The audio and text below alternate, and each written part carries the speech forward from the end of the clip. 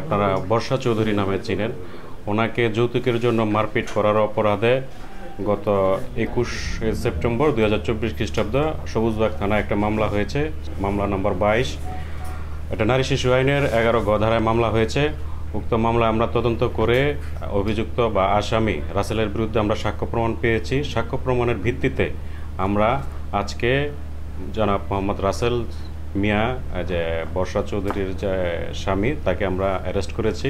Arrest করে তাকে আমরা বিজ্ঞ আদালতে সোপর্দ করেছি। রাসেল মিয়া এখন যদি কোরআন শরীফ ছুঁয়ে সে যদি আল্লাহ মাফ করুক, আল্লাহ আমাকে ক্ষমা করুক, সে যদি ওমরার কাবা ঘরের গিলাফ ধরেও বলে যে আমি বর্ষার সঙ্গে সংসার করতে চাই, আমি বলবো আমি ক্ষমা চাই, আমি ক্ষমা চাই। এখন দেশবাসীর কাছে আমি একটাই চাই, বিচার, যাতে এই রাসেল মিয়ার কর্মকাণ্ড দেখে কোনো পুরুষ নারী আমার মতো হতবাগা, মানে আমি তো সারভাইভার ভাই, আমি তো সারভাইভ করে করে এখানে বিধবা, আমার বাচ্চাগুলো এতিম, আমার মতো মানুষের সাথে যে এরকম করতে পারে অনেকের সাথেই করতে পারে। সুস্থ মেয়েরাও ভুক্তভোগী। আমি চাই ওর দৃষ্টান্তমূলক শাস্তি হোক, এবং ওই শাস্তি যাতে পুরো বিশ্ব দেখে ভয় পায়, আতঙ্কিত হয় যে না আমরা এটা করতে পারি না। আমার তো মনে হয় আমার যে বিয়ে করে যে ভাইরালটা হয়েছে এটাও মনে হয় তার ওই প্ল্যানেই করছে। এখন আমার নাম বেঁচে যদি তার, আমার বেঁচে না সরি, সে যেহেতু এখনও আমার স্বামী, আমার তো ডিভোর্স হয়নি, ডিভোর্স হবে ইনশাল্লাহ, হয়ে যাবে।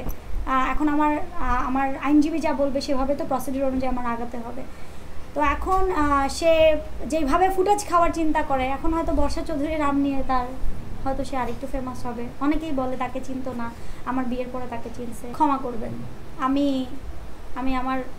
আমার বাচ্চা, আমার সন্তানদের চেয়ে এবং আমার বাবা মার চেয়ে আল্লাহর পরে পৃথিবীতে আমার কেউ নেই, এবং তাদের জন্য আমি আমার নিজের জীবন দিতে প্রস্তুত। আর এই সংসার তো দূরে থাক। এবং দেখেন আল্লাহর কি মানে আল্লাহ এমন দয়াশীল আমার প্রতি, চাইলে এমন হইতে পারতো জিনিসটা যদি 2 বছর পরে আমি টের পাইতাম। আল্লাহর রহমতে আমি কিন্তু 4 মাসে টের পেয়ে গেলাম। 3 মাস 4 মাসে কিন্তু আমি তার অ্যাক্টিভিটিসে টের পেলাম, এবং আল্লাহ আমাকে ফিল করায় দিল। এটা আল্লাহর রহমত, হেদায়েত এবং দয়া বলবো আমি, যে আমি বেঁচে গেছি, একটা ভয়ঙ্কর কিছু থেকে বেঁচে গেলাম।